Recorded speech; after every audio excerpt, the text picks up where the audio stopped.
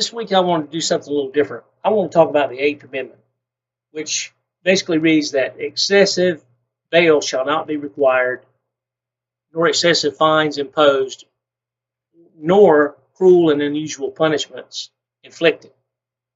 Now, the idea behind this goes all the way back to the Magna Carta. And in the time we have available, I think what I want to do is take the Eighth Amendment and not focus so much on the fines piece, but the most controversial piece of the Eighth Amendment, which is the death penalty.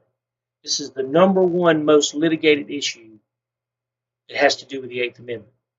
The issue of the death penalty, as you know, is one that elicits strong emotions from everybody, from supporters as well as from those who are opposed to the death penalty. The bottom line is there are a lot of people who believe the death penalty should be banned altogether, believing that it's inhumane for the government to take someone out and murder someone. But those, such as myself, who support the death penalty, believe it provides a strong deterrent. Now, if you take a look at where we are in history, even our founding fathers kind of struggled with this idea because there were differing opinions on the issue. You had Thomas Jefferson, who supported the death penalty. Then you had Benjamin Rush, who opposed it in all circumstances. And then James Wilson, who kind of walked the fence a little bit in the fact that although he didn't actually mention the death penalty, he advocated less stringent punishments for this reason. He believed that judges and juries would be less likely to impose a stringent punishment because of the squeamishness of human nature. And because human nature was squeamish, this was going to encourage more crime. Now, whether or not capital punishment is legal, it's up to each state. As of March of 2011, 14 states had banned the procedure. Alaska, Hawaii, Illinois, Maine, Michigan, Minnesota, New York, New Jersey, Mexico, North Dakota, Rhode Island, Vermont, West Virginia, and Wisconsin. The other 37 states allow it.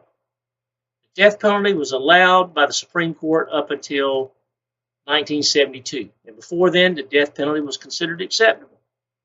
Now, the Supreme Court has made some real changes to the death penalty. You had one case where in Georgia, there didn't seem to be a set of rules regarding which crimes would or would not receive the death penalty. Indeed, the majority of justices in that case thought the death penalty was given merely because of a person's race. And that goes back to basically Furman versus Georgia. Then in 2002, you had two other severe restrictions placed on the death penalty.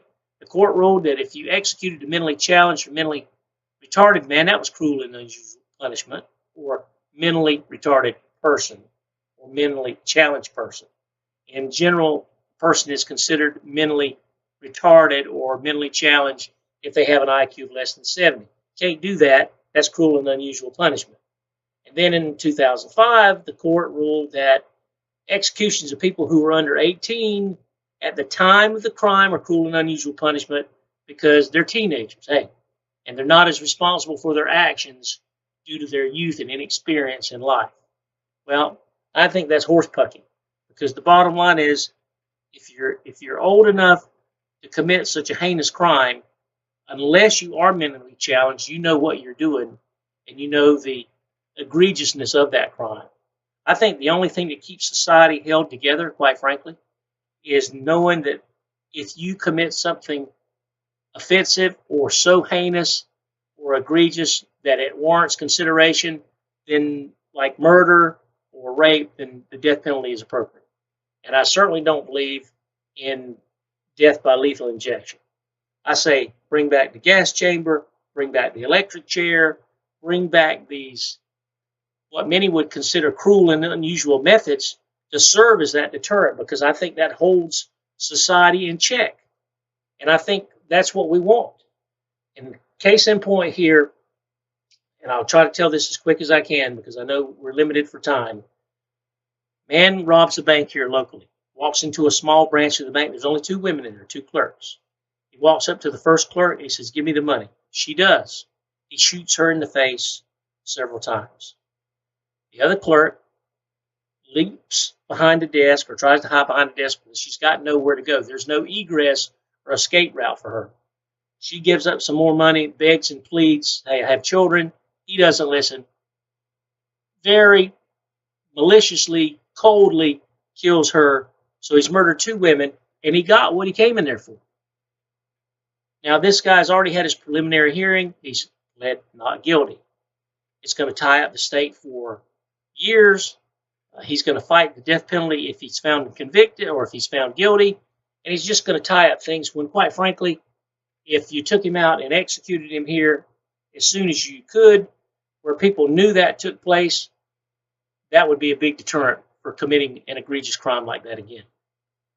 I'll tell you that this death penalty issue is going to be debated until the Lord comes back. But we've got to quit being so weak-minded when it comes to punishment. There has to be a way to punish people and make them form a part of normal society. And unfortunately, there are some evil people. Some people are just born evil, and there's no way to get around it. And they need to be handled accordingly. And therefore, of all the amendments in the Bill of Rights, I think the 8th Amendment is the most important. And most particularly important is the death penalty. And it's something we all need to have a serious talk about. Thank you.